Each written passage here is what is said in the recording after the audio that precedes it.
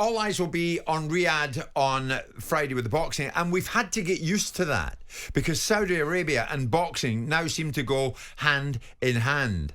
But Eddie Hearn believes Saudi Arabia will soon be looking at investing into darts. Eddie has said, I'm sure darts will be in the kingdom soon. And the inaugural Riyadh season World Masters Snooker is underway, with the Saudis aiming to bring new initiatives to the sport to drive up interest. What are they doing? The snooker event has introduced a golden ball and $500,000, 393 grand prize for a new 167 maximum break. I mean, Simon, they think endlessly of what they can do to get more eyes on the sport. But does it need the makeover? Do darts need the makeover? talkSPORT's darts correspondent Ian Danta joins us live. Dance, darts and Saudi, what do you think? Well, the PDC has had this, desire to globally grow darts over a long period of time. And here we are in 2024, and we had so many countries participating in the recent World Championships at Alexandra Palace. We had our first ever French qualifier, for example. We'd never had a Frenchman play at Ali Pali before. The global reach of the game is growing right around the world. And I guess, the Middle East and Southeast Asia is a natural extension of that. And I think there is a provision potentially for a UK Open qualifier for the PDC to take place in Jeddah next year. But this whole thing about Eddie Hearn, booking darts, it's all supposition, Jim, because he's not really spoken to anybody about it yet. It's just an idea that he will put forward to those who look after sport in Saudi Arabia and see whether they will bite on it. It's a good point that Ian makes. I mean, it's early days yet, but Simon, the talk is that ultimately darts and snooker and darts, the Crucible and Ali Pali will be swapped for Riyadh. And all eyes will be on the main events, which will transfer themselves out there. I mean, there's nothing wrong with him flying a kite, is there? And ultimately, if he's seen an opportunity for someone to fund some of his ambitions, then of course that's what they'll do. That's why boxing is now in a different stratosphere right now, not because of the wonderful working ethic of the promoters in this country, because the Saudis have walked in and taken away all the resistance by putting up huge amounts of money. And I don't think there's anything wrong with evolving the sports. I just worry that if we take away some of the essences, not leave ourselves in a situation where you don't evolve, because everything has to evolve, but I'm not entirely sure that all the best fights happening in Saudi help the British fight game. I'm not entirely sure if you start to take snooker and major events around snooker and start to serve out the agenda that the Saudis may or may not have for sport in the first place, that it helps the essence of what we're doing in this country. But that doesn't mean you don't look at these things and find a way to evolve things. I mean, the darts world and Barry Hearn's involvement with it has escalated and elevated darts. Albeit it doesn't have the same terrestrial presence that it had in the 80s and 90s when Eric Bristow was roaming around, and other people of significance. But notwithstanding it, I'm not against pushing the envelope and seeing what comes out of it, and seeing if it can advance the sport, monetize the sport better, give the protagonists, the players, more opportunities, and grow the audience, as long as you don't lose something in doing that. You see, I mean, you would lose a lot, in my view, Ian. I mean, I noticed you were shaking your head at the very prospect of darts no longer being at the Ali Pali. I think of them all there in fancy dress. I don't drink anymore, but many of them do, and they love it. And it's all part and parcel of the night. Riyadh would be a totally different scene altogether, wouldn't it?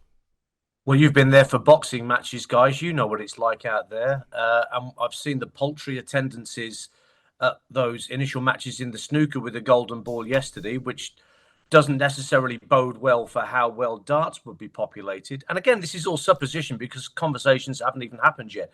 But in my opinion, the darts world goes round all around the globe. If you think just after the World Match Play, for example, that takes place at the Winter Gardens in July, top players jet off to Australia and New Zealand the following week to play in World Series events down under. You've got events at Madison Square Garden in New York City, which is a huge thing. We used to have the Las Vegas Desert Classic, which is sadly no more on the darts calendar. But the darts calendar, Jim, is chock full of events around the globe. There's no express need to shoehorn in anything else on top of that. Yes, there may be a lot of money thrown at it by... Well, that's it. That's it, Ian, isn't it? It's a money, mate. They can buy anything. Well, they can, but, let's see what happens with these snooker events and the golden ball thing, and how much interest is genuinely generated and how much pushback there is from snooker fans. You start suggesting to darts fans that we move the World Championships away from Alexandra Palace, you'll get pushback, Jim. They'll want them, though, won't they? They will. The Saudis will want it. They will want it. And normally, at the moment, Ian, what they want, they get. Well, I don't know if they want it yet. Eddie Hearn is just saying we're going out. I think darts will be there. We don't know whether the Saudi, PIF would be in the least bit interested in darts. I mean, they can't really sex it up. They're trying to sex up snooker with the golden ball. What do they give dart players? A golden dart? Once they've hit a 9-darter to try and hit a ball? I'm not being an advocate for anything Saudi, far from it. But look at the trend of events. The Saudi Pro League. Well, who's going to go there? Ronaldo did. And he was just to start. Benjamin and the rest all followed. All right, Jordan Henderson came back. The fight game. Who's going to fight in Saudi? The atmosphere isn't the same. Well, Joshua's out there now, and Fury's out straight after him to fight Usyk. And now darts. These players will want it, Ian, and the snooker players will want it because of the add-ons. And the add-ons are significant. It's life-changing money. You pot one ball, you win almost 400 grand. I see no quotes from dart players advocating this. I see no quotes from anybody in Saudi Arabia advocating this. All I've seen is Eddie Hearn suggesting that darts could go to Saudi Arabia. It might do. As I said, there's a UK Open qualifier set to take place in Jeddah next year, as I understand it. And if there is a Saudi Arabia Darts Masters to be part of the PDC calendar, I wouldn't be surprised at that at all. But the sheer notion of the World Championships or a major ranking event being moved from a spiritual home such as Alexandra Palace or the Winter Gardens in Blackpool it's ludicrous. But this is not a kite that Eddie Hearn has just flown. It's also something that Barry mentioned. And Barry talked about it a while ago and talked about the situation, specifically in snooker, and the challenges at the Crucible and what may happen there.